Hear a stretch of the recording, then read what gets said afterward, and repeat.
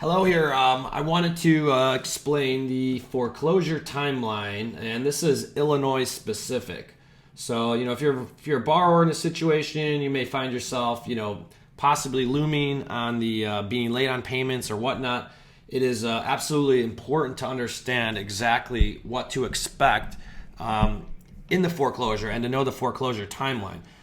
Super important because there are far too many agents who may ill advise on this actual process. And being a seller in foreclosure, this timeline is going to give you your sort of moving date, because far too often people are so scared, like, is the bank going to kick me out of my house? How long do I have until the bank kicks me out? And what are the exact steps? So we're going to break this down for you so that you can understand and get this very well answered for you. And this is pretty much right on the dot. So if you see the first square right here, which says first missed payment, let's say that a borrower's they're starting to miss payments. Okay, what'll happen is if the bank will not, just because you miss one payment doesn't mean you're automatically in foreclosure. Now, typically of about 3 to 4 months of consecutive missed payments, the bank will then file what you call an NOD, or notice of default, which is in square 2. Until that date is actually filed, the borrower is not technically in foreclosure. They're in what I call pre-foreclosure.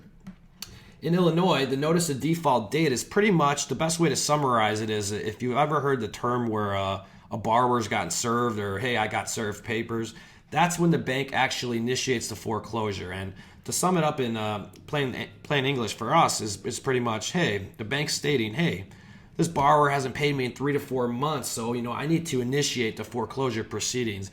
And the NOD date is the official initiation of that, and that this is what's going to actually commence the foreclosure timeline.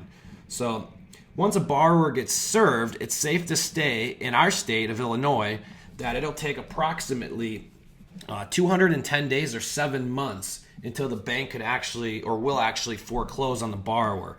And that is going to be if the borrower doesn't have, make any appearances at the court dates or any of that stuff.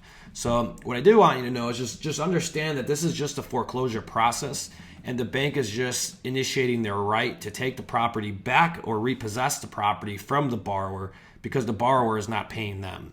So you'll see a lot of scary packages sent to you in the mail and whatnot, and just understand that those are the actual processes, that it's just part of the process in Illinois. So don't freak out or anything. This is a good rule of thumb to work off of. And let's take another example. Let's say that a borrower was actually served papers for foreclosure 2 months ago. I would know right away that that borrower has about 5 to 6 months left until the actual foreclosure sale date. So that's a good rule of thumb for you to go ahead and get a bearing of where you're at if unfortunately you're in this situation of foreclosure.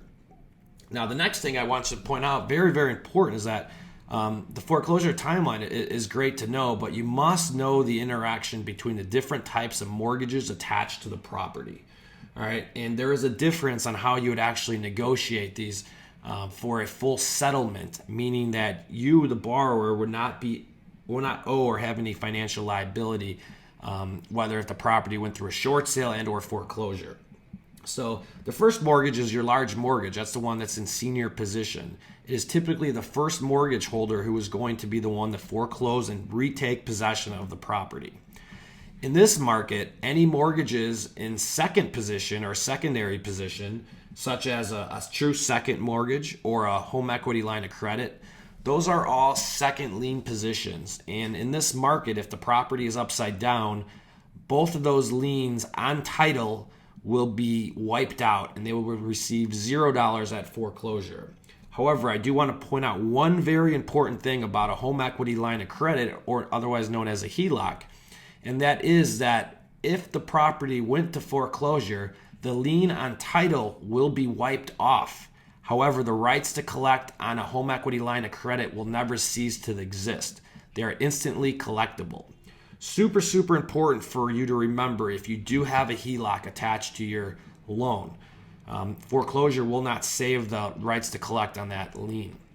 In Illinois, if a mortgage or a bank in first or second position did want to pursue the borrower for the deficiency, they would technically have to sue the borrower and receive a judgment from a grant. And that is the difference between a first mortgage and a purchase money second mortgage and a home equity line of credit, whereas the rights to collect already exist.